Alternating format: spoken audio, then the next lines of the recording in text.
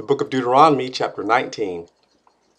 When the Lord thy God hath cut off the nations, whose land the Lord thy God giveth thee, and thou succeedest them, and dwellest in their cities and in their houses, thou shalt separate 3 cities for thee in the midst of thy land, which the Lord thy God giveth thee to possess it.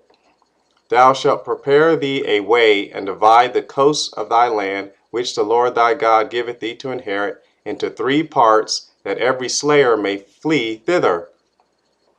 And this is the case of the slayer, which shall flee thither, that he may live, whoso killeth his neighbor ignorantly, whom he hated not in time past, as when a man goeth into the wood with his neighbor to hew wood, and his hand fletcheth a stroke with the axe to cut down the tree, and the head slippeth from the helve, and lighteth upon his neighbor that he die. He shall flee unto one of those cities and live,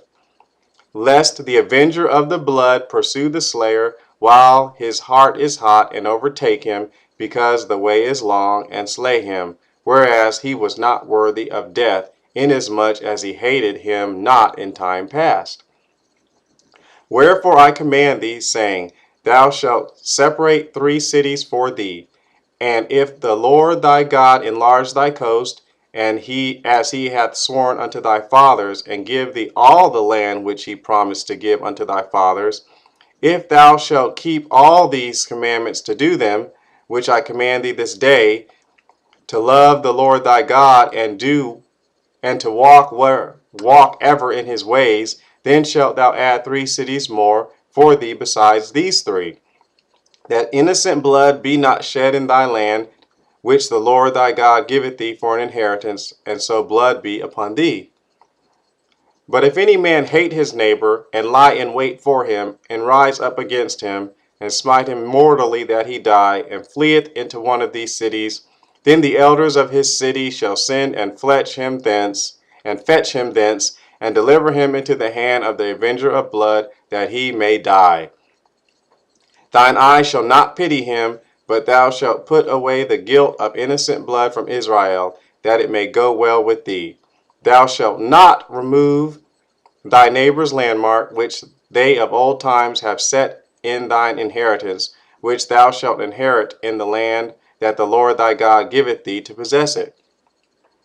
One witness shall not rise up against a man for any iniquity, or for any sin, in any sin that he sinneth. At the mouth of 2 witnesses, or at the mouth of 3 witnesses, shall the matter be established.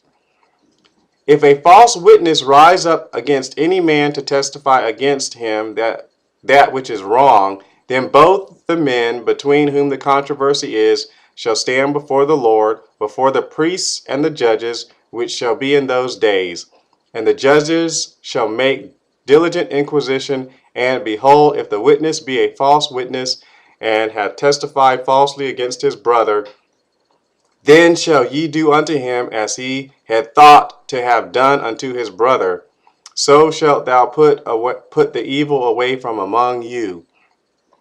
And those which remain shall hear and fear, and shall henceforth commit no more any such evil among you. And thine eye shall not pity, but life shall go for life, eye for eye, tooth for tooth, hand for hand, foot for foot.